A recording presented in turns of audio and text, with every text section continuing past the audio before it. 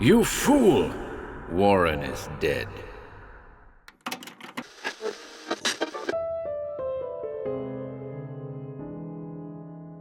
Welcome to HorrorBabble. Today we're back with another curiosity by the great Clark Ashton Smith. The Supernumerary Corpse, which first appeared in Weird Tales in November 1932, was described by the magazine as follows. Jasper Trilt was dead, but what was the thing in his likeness that lay supine on the floor of the laboratory? We hope you enjoy this one.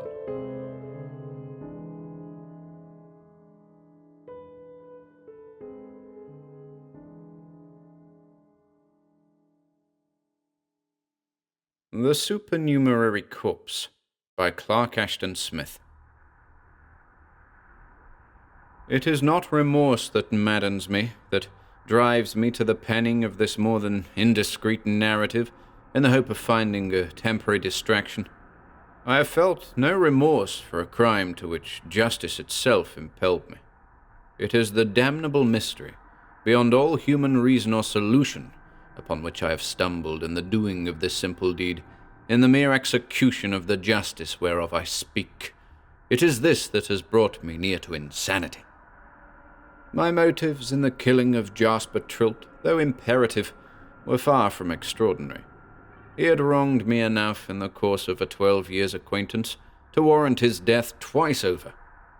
He had robbed me of the painfully garnered fruits of a lifetime of labor and research, had stolen, with lying promises, the chemical formulae that would have made me a wealthy man. Foolishly, I had trusted him, believing that he would share with me the profits of my precious knowledge, from which he was to acquire riches and renown. Poor and unknown, I could do nothing for my own redress. Often I marvel at the long forbearance which I displayed toward Trilt. Something, was it the thought of ultimate revenge, led me to ignore his betrayals, to dissemble my knowledge of his baseness. I continued to use the laboratory which he had equipped for me. I went on accepting the miserable pittance which he paid me for my toil. I made new discoveries, and I allowed him to cheat me of their usufruct. Moreover, there was Norma Gresham, whom I had always loved in my halting, inarticulate fashion, and who had seemed to like me well enough before Trilt began to pay her his dashing and gallant addresses. She had speedily forgotten the timid, poverty-stricken chemist, and had married Trilt. This, too, I pretended to ignore, but I could not forget. As you see, my grievances were such as have actuated many others in the seeking of vengeance. They were in no sense unusual, and like everything else about the affair, they served by their very commonplaceness to throw into monstrous relief the abnormal and inexplicable outcome. I cannot remember when it was that I first conceived the idea of killing my betrayer. It has been so long an integral part of my mental equipment that I seem to have nurtured it from all pre-eternity. But the full maturing, the perfection of my murderous plans, is a thing of quite recent date. For years, apart from my usual work, I had been experimenting with poisons. I delved in the remote arcana and byways of toxicology. I learned all that chemistry could tell me on the subject, and more. This branch of my research was wholly unknown to Trilt, and I did not intend that he should profit by anything that I had discovered or devised in the course of my investigations. In fact, my aims were quite different in regard to him. From the beginning, I had in mind certain peculiar requisites which no poison familiar to science could fulfill. It was after endless groping and many failures that I succeeded in formulating a compound of rare toxic agents which would have the desired effect on the human system. It was necessary, for my own security, that the poison should leave no trace, and should imitate closely the effects of some well-known malady, thus precluding even the chance of medical suspicion. Also, the victim must not die too quickly and mercifully. I devised a compound which, if taken internally, would be completely absorbed by the nervous system within an hour, and would thereafter be indetectable through analysis. It would cause an immediate paralysis, and would present all the outward effects of a sudden and lethal stroke of apoplexy. However, the afflicted person, though seemingly insensible, would retain consciousness and would not die till the final absorption of the poison. Though utterly powerless to speak or move, he would still be able to hear and see, to understand and suffer. Even after I had perfected this agent and had satisfied myself of its efficacy, I delayed the crowning trial. It was not through fear or compunction that I waited. Rather, it was because I desired to prolong the delicious joys of anticipation, the feeling of power it gave me to know that I could sentence my betrayer to his doom and could execute the sentence at will. It was after many months, it was less than a fortnight ago, that I decided to withhold my vengeance no longer. I planned it all very carefully, with complete forethought, and I left no loophole for mischance or accident. There would be nothing, not even the most tenuous thread, that could ever lead anyone to suspect me. To arouse the cupidity of Trilt and ensure his profound interest, I went to him and hinted that I was on the brink of a great discovery. I did not specify its nature, saying that I should reveal it all at the proper time, when success had been achieved. I did not invite him to visit the laboratory. Cunningly, by oblique hints, I stimulated his curiosity, and I knew that he would come. Perhaps my caution was excessive, but it must not even seem that I had prearranged the visit that would terminate in his seizure and death. I could, perhaps, have found opportunity to administer the poison in his own home, where I was still a fairly frequent caller. But I wished him to die in my presence, and in the laboratory that had been the scene of my long-defrauded toils. I knew, by a sort of prescience, the very evening when he would come, greedy to unearth my new secret.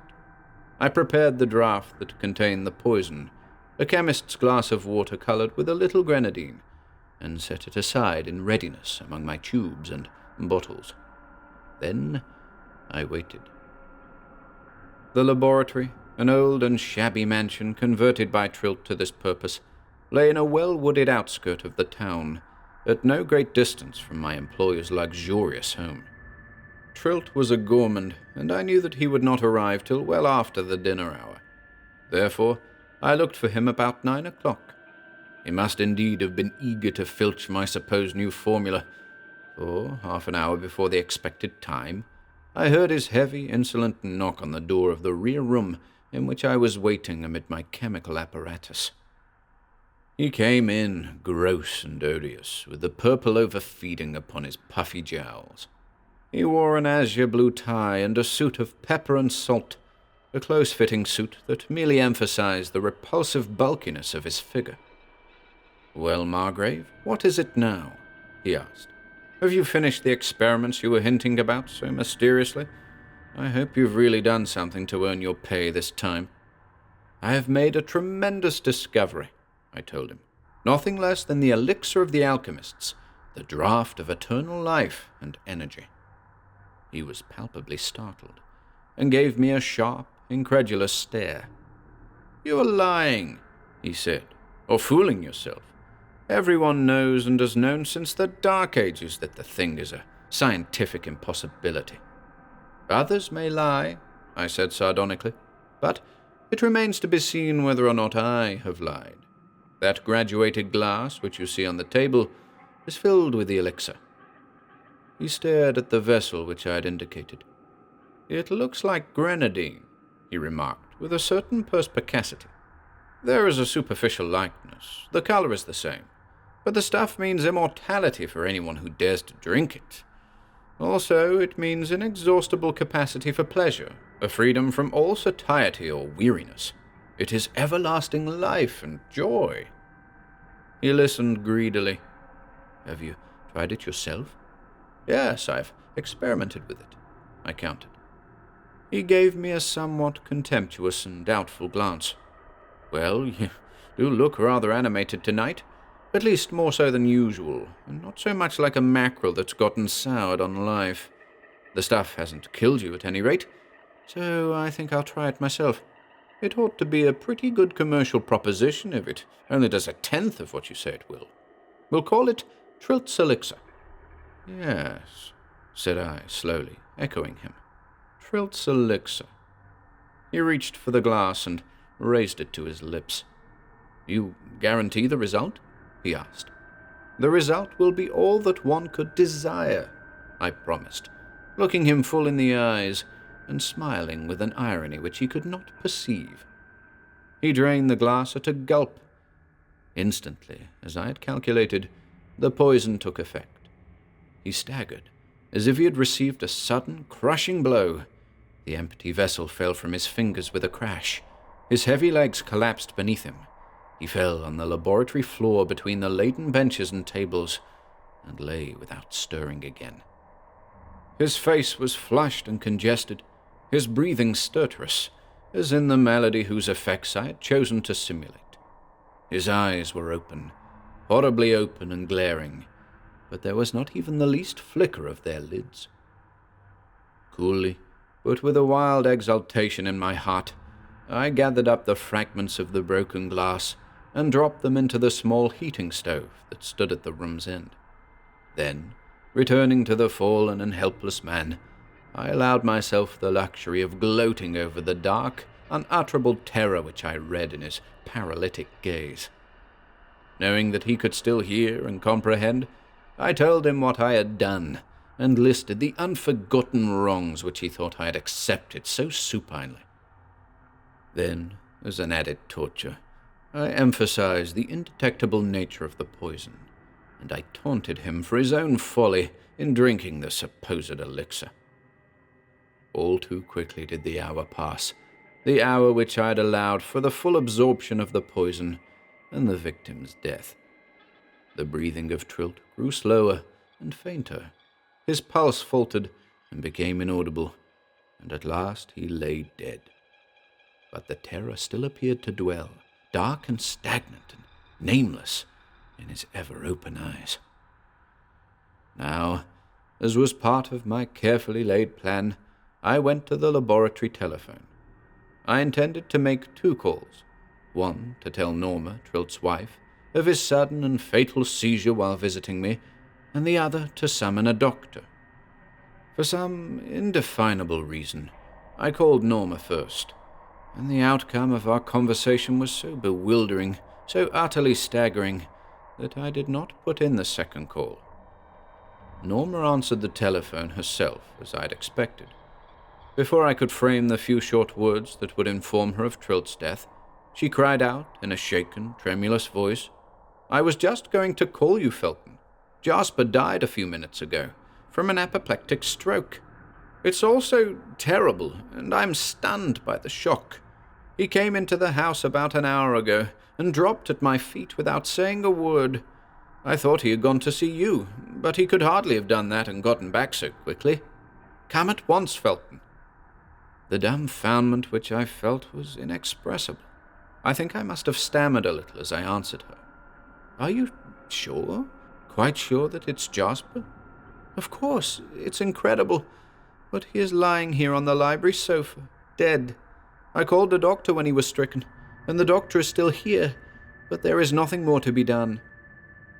It was impossible then for me to tell her, as I had intended, that Trilt had come to the laboratory, that his dead body was lying near me in the rear room at that moment.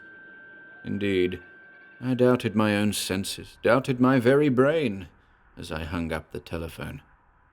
Either I or Norma was the victim of some strange and unaccountable delusion. Half expecting that the gross cadaver would have vanished like an apparition, I turned from the telephone and saw it, supine and heavy, with stiffening limbs and features. I went over. I stooped above it and dug my fingers roughly into the flabby flesh to make sure that it was real, that Trilt's visit and the administering of the poison had not been a mere hallucination. It was Trilt himself who lay before me. No one could mistake the obese body the sybaritic face and lips, even with the chill of death descending upon them. The corpse I had touched was all too solid and substantial. It must be Norma, then, who was demented or dreaming, or who had made some incredible mistake. I should go to the house at once and learn the true explanation. There would be time enough afterward to do my own explaining. There was no likelihood that anyone would enter the laboratory in my absence. Indeed, there were few visitors at any time. With one backward look at the body to assure myself anew of its materiality, I went out into the moonless evening and started toward my employer's residence. I have no clear recollection of the short walk among shadowy trees and bushes, and along the poorly lit streets with their scattered houses. My thoughts, as well as the external world, were a night-bound maze of baffling unreality and dubiety.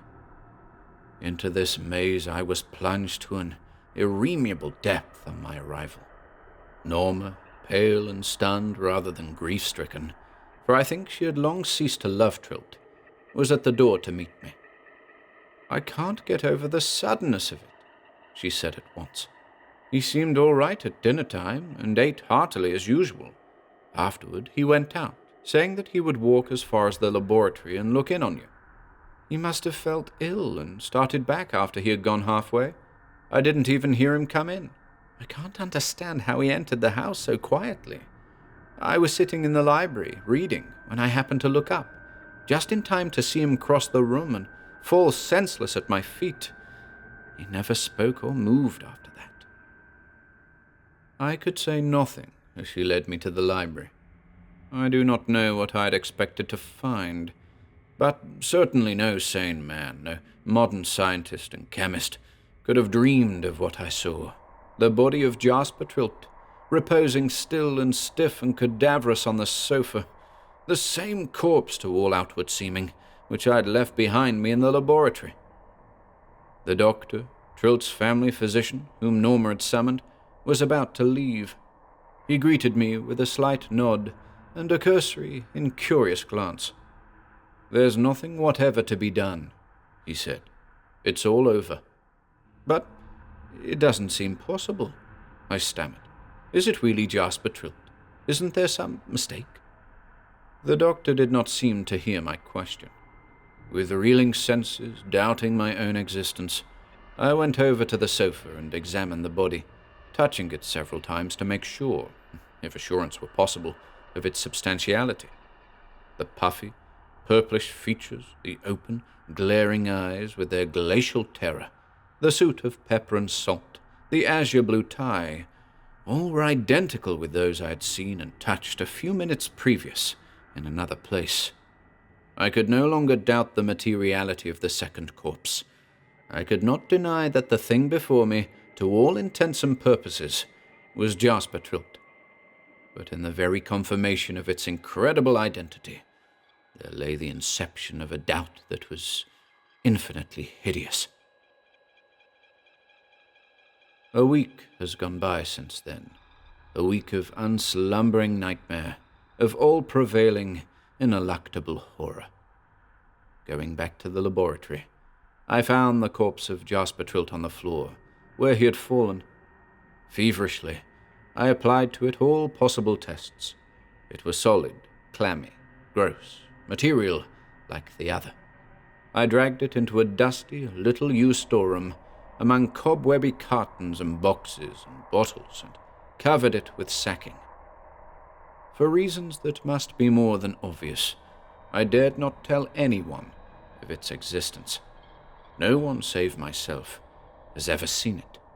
No one, not even Norma, suspects the unimaginable truth. Later, I attended the funeral of Trilt. I saw him in his coffin, and as one of the pallbearers I helped to carry the coffin and lower it into the grave.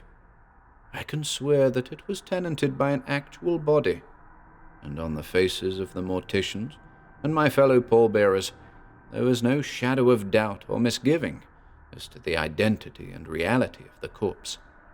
But afterward, returning home, I lifted the sacking in the storeroom and found that the thing beneath, cadaver or car, doppelganger or phantom, whatever it was, had not disappeared or undergone the least change. Madness took me then for a while, and I knew not what I did. Recovering my senses in a measure, I poured gallon after gallon of corrosive acids into a great tub, and in the tub I placed the thing that had been Jasper Trilt, or which bore the semblance of Trilt. But neither the clothing nor the body was affected in any degree by the mordant acid, and since then the thing has shown no sign of normal decay, but remains eternally and inexplicably the same. Some night, before long, I shall bury it in the woods behind the laboratory, and the earth will receive Trilt for the second time. After that, my crime will be doubly indetectable, if I have really committed a crime and have not dreamed it all or become the victim of some hallucinative brain disease. I have no explanation for what has happened, nor do I believe that any such can be afforded by the laws of a sane universe. But is there any proof that the universe itself is sane or subject to rational laws? Perhaps there are inconceivable lunacies in chemistry itself, and drugs whose action is a breach of all physical logic. The poison I administered to Trilt was an unknown quantity, apart from its deadliness, and I cannot be wholly sure of its properties, of its possible effect on the atoms of the human body and the atoms of the soul. Indeed, I can be sure of nothing, except that I too, like the laws of matter, must go altogether mad in a little while.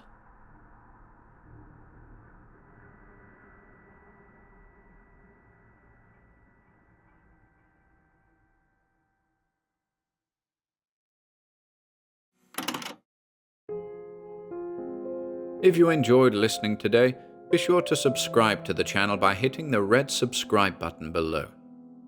After doing so, click the bell icon next to the subscribe button to receive new content notifications. If you'd like to support our work and receive exclusive perks, consider becoming a channel member by clicking the join button below. To support us in other ways, see the video description for links to our Bandcamp and Patreon pages, our merch store over at Teespring, and further information relating to our releases on Audible, iTunes, and Spotify. And until next time,